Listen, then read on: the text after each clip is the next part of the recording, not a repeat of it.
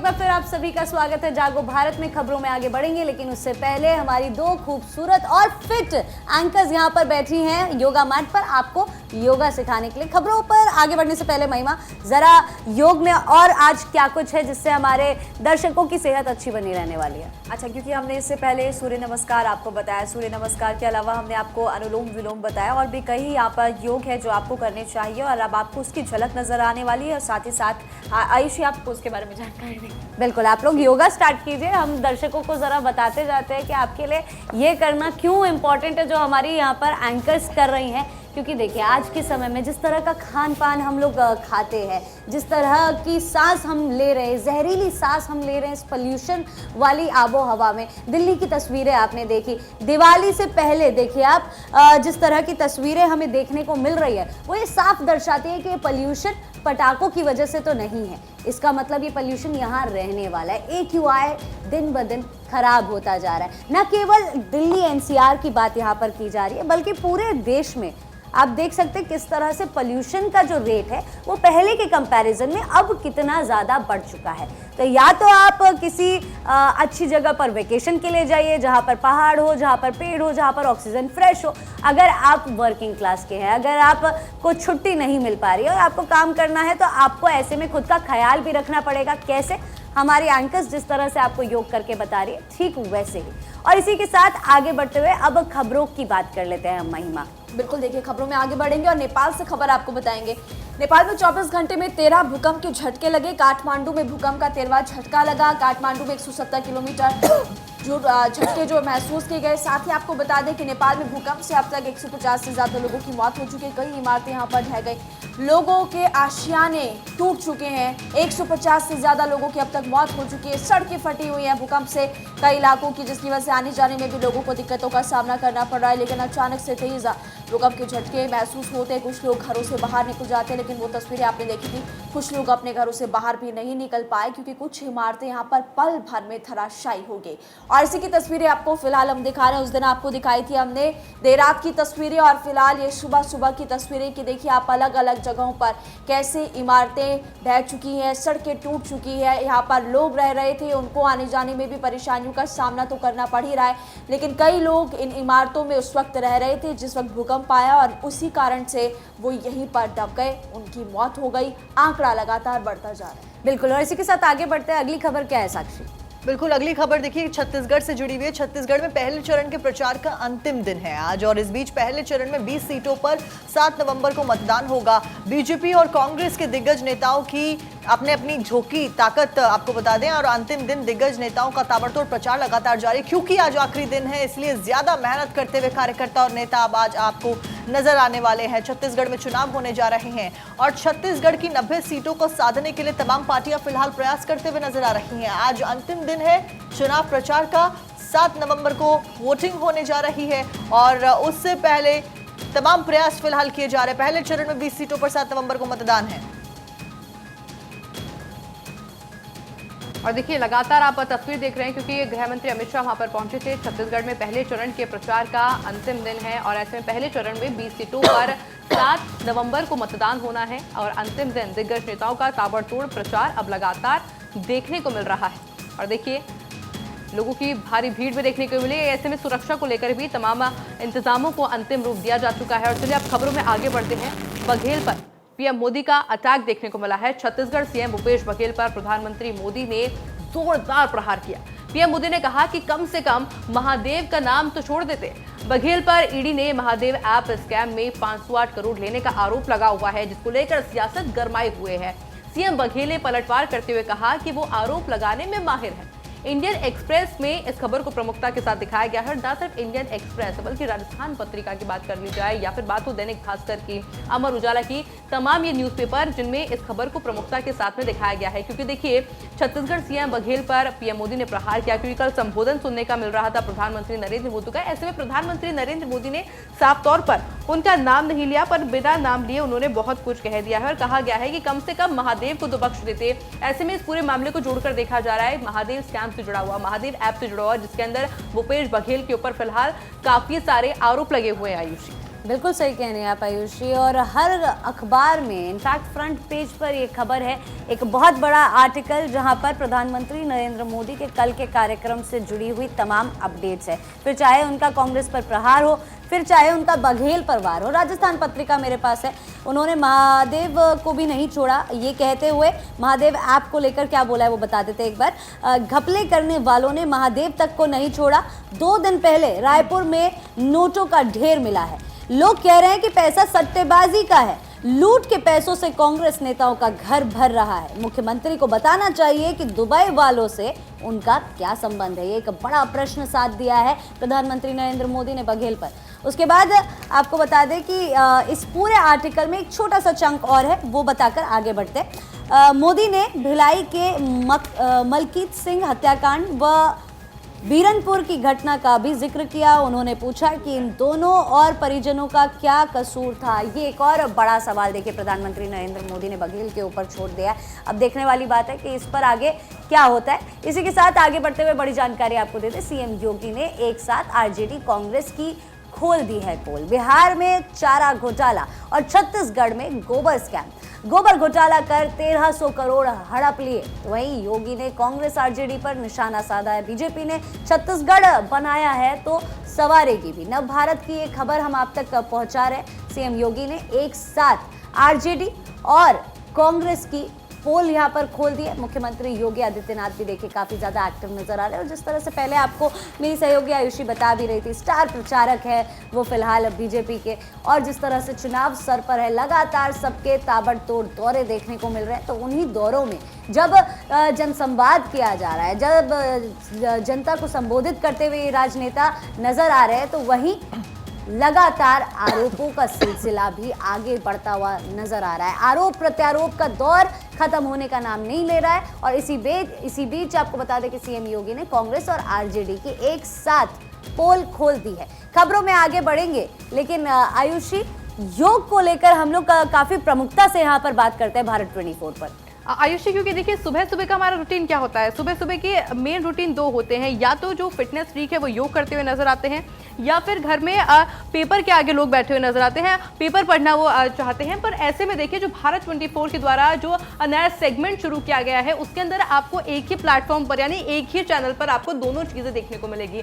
यानी कि अगर आप न्यूज़पेपर की खबरों से बाखबर होना चाहते हैं, जानकारी चाहते हैं कि देश और दुनिया में आखिर क्या कुछ चल रहा है, तो वो भी हम आपको बताएंगे। और अगर आप फिटनेस फ्रीक है तो आप इसी चैनल पर बने रह करके आप योग भी कर सकते हैं, क्योंकि हमारे साथ में महिमा लगातार बनी हुई है, साक्षी लगातार है, जो कि आपको योग तो करा ही रही है, योग तो बता रही है, उनके बारे में भी जानकारी दे रही है, पर साथ ही साथ खबरों के बारे में भी बता रही हैं कि आखिर देश और दुनिया में क्या कुछ चल रहा है। अच्छा आयुषी, खास बात इस बुलेटिन की ये है कि आप लोग क्या कर सकते हैं। आप इस वक्त अपने अपने घरों पर मौजूद होंगे, कोई इस वक्त तैयारी कर रहा होगा, क्योंकि आज संडे है तो मुझे लगता है कि बच्चों को तो स्कूल जाना नहीं है, ना आपको अपने बच्चों को स्कूल के लिए रेडी करना है, ना आपको कुछ लोग ऐसे होंगे कि जिनको ऑफिस में नहीं जाना होगा। तो आप इस वक्त क्या कर सकते हैं, एक तो आप खबरें सुने जो कि हमारी दोनों की दोनों आयुषी आप तक पहुंचा रही है, आयुषी शेखावत और आयुषी महर्षि। मैं और साक्षी आपको योग बता रहे, तो हम चाहते हैं कि आप भी हमारे साथ साथ योग करें और स्वस्थ रहें। और मैं कोई और इम्पोर्टेंट बात इसमें ये हो जाती है, क्योंकि योग अमूमन कहते हैं कि ओपन एरियाज में करना चाहिए, लेकिन आप उसको इंडोर बैठ के भी कर सकते हैं, क्योंकि हम भी इंडोर योग को प्रमोट कर रहे हैं एक तरीके से। और पोल्यूशन बाहर बहुत ज्यादा है, तो अपने घर में रहकर आप योग जरूर करिए। तो देखिए योग के ऊपर काफ़ी चर्चा हो गई, अब खबरों की भी यहाँ पर बात करेंगे, लेकिन आगे बढ़ने से पहले एक छोटी सी बात जो मैं यहाँ पर कहना चाहूँगी। योग के ज़रिए आप हमेशा अपनी सांस को कंट्रोल करने की कोशिश कीजिए। देखिए मेडिटेशन की जब भी हम बात करते हैं या हम योग की बात करते हैं, तो आपके श्वास का आपको ख्याल रखना होता है। अच्छा, इस वक्त हमारे साथ पलक जुड़ी हुई है, और पलक इस वक्त मध्य प्रदेश के सागर से हमारे साथ जुड़ी हुई है। पलक, गुड मॉर्निंग। सबसे पहले तो ये बताइए कैसी हैं आप? काफी समय से आप एकदम ठीक हूं और पिछले 1 महीने से लगातार मैं मध्य प्रदेश में घूम रही हूं। वही मैं कहने वाली थी कि काफी समय से आप बाहर हैं, हम आपको काफी ज्यादा मिस भी कर रहे हैं, लेकिन चलिए कोई बात नहीं, आप क्योंकि ग्राउंड पर इस वक्त मौजूद है, लोगों के मुद्दे इस वक्त आप उठा रही हैं, क्योंकि चुनाव बहुत ज्यादा नजदीक है। आपके पास कौन कौन सी खास खबरें हैं, आप बताइए। महिमा देखिए, सबसे बड़ी बात अगर मैं तो फिलहाल मध्य प्रदेश चुनाव पर ही बात करूंगी, क्योंकि फिलहाल मेरा पूरा फोकस मध्य प्रदेश चुनाव पर है। अगर मध्य प्रदेश चुनाव की हम बात करें तो सीएम का फेस फिलहाल क्लियर नहीं है। इसको लेकर हालांकि दिन भर सभाएं होती हैं, दिन भर मंच से बड़े बड़े नेता जो है वो संबोधित करते हैं, लेकिन कोई सीएम फेस को लेकर बात नहीं करना चाहता।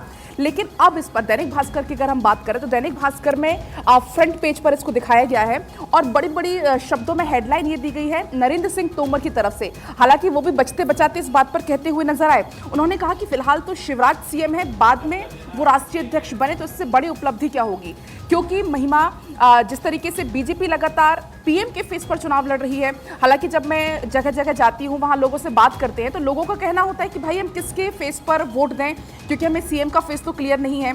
लेकिन जब बड़े बड़े जो बीजेपी के जितने बड़े दिग्गज हैं उनसे अगर हम बात करें, क्योंकि बीजेपी ने इस बार बड़े चेहरों को उतारा है, चाहे वो केंद्रीय मंत्री की हम बात कर लें, चाहे वो हम सांसद की बात कर लें, क्योंकि बीजेपी की तरफ से ये बड़े चेहरों को उतारा गया है। एक तरफ कांग्रेस का इस पर कहना होता है कि बीजेपी डर गई है हमारे कांग्रेस से, क्योंकि इस बार बीजेपी को दिख रहा है कि भाई हम कहीं ना कहीं पीछे चल रहे हैं। क्योंकि 2018 की अगर महिमा बात करें तो 2018 में जनता ने मतलब विपक्ष का कहना होता है कि भाई जनता ने तो हमें पसंद किया था, लेकिन छल कपट या जो भी करके सरकार बन गई। तो इस बार कहना है कि भाई उस चीज से डर गई है बीजेपी, इसलिए बड़े चेहरों को उतारा है इसमें। हाँ बताइए पलक, क्योंकि आप वहाँ पर खुद मौजूद है, खुद आप मध्य प्रदेश की रहने वाली। मैंने देखा है कि जब हम कहीं के रहने वाले होते हैं, वहाँ पर चुनाव कवर करने का मौका मिलता है तो हम और ज़्यादा जोश में बढ़ते हैं आगे। आप ये बताइए, आप खुद ग्राउंड पर लोगों से आपने बातचीत की, उनके मुद्दे क्या रहे इस बार चुनाव के? देखिए महिमा, मुद्दों की अगर हम बात करें तो दो चार जो मुद्दे हमेशा गरमाए हुए होते हैं। पहला आप महंगाई ले लीजिए, आप बेरोजगारी ले लीजिए। बेरोजगारी का मुद्दा हर कहीं बहुत ज़्यादा गर्म है। आप भ्रष्टाचार का मुद्दा जो कि मध्य प्रदेश में फिलहाल बहुत ज़्यादा उठ रहा है।